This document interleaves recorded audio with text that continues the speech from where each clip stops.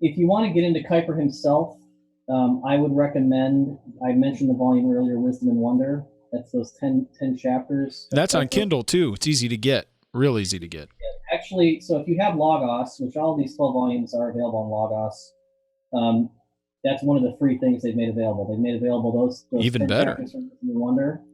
They made available his sermon speech on the church as an institution and organism, and his two addresses at the Free University of Amsterdam on the pursuit of scholarship from a Christian perspective. Those are all free. If you've got Logos, you can go and find those and download them and read them right now. Those would be the place to start if you want kind of a brief, accessible introduction to Kuyper's primary sources himself. See the style of writing that he's got, and whether you'll see immediately there are places that you're gonna, be really inspired, and places where you think, oh my gosh, how he's so off base here, or whatever. It's inspiring in terms of your own thinking. In any case, in terms of an introduction to Kuyper, there's a fine biography if you want to dig in more by James Bratt. That's the best biography in English. That's relatively recent vintage. Richard Mao has a short and personal introduction to Kuyper. That's also worth engaging, I would say, as kind of secondary biographical type sources. I myself, if I can plug it, am working on a very brief companion to Kuyper's Public Theology that I hope will appear next year. Wonderful. Next year, coincidentally, will be the conclusion of the series, so there are 3 volumes that are yet to come out.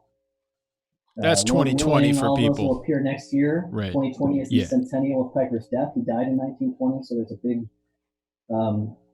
anniversary there. There's going to be a Kuyper Congress that is happening in New York City in April and in Amsterdam.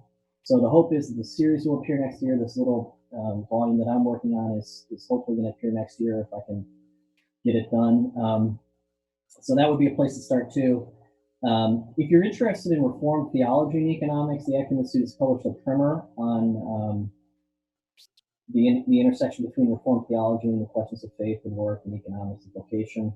John Bolt, one of my seminary professors from Calvin Theological Seminary, who himself is a Kuyper and Bavinck expert, wrote that for the Acton Institute. It's called Economic Shalom. I would recommend that.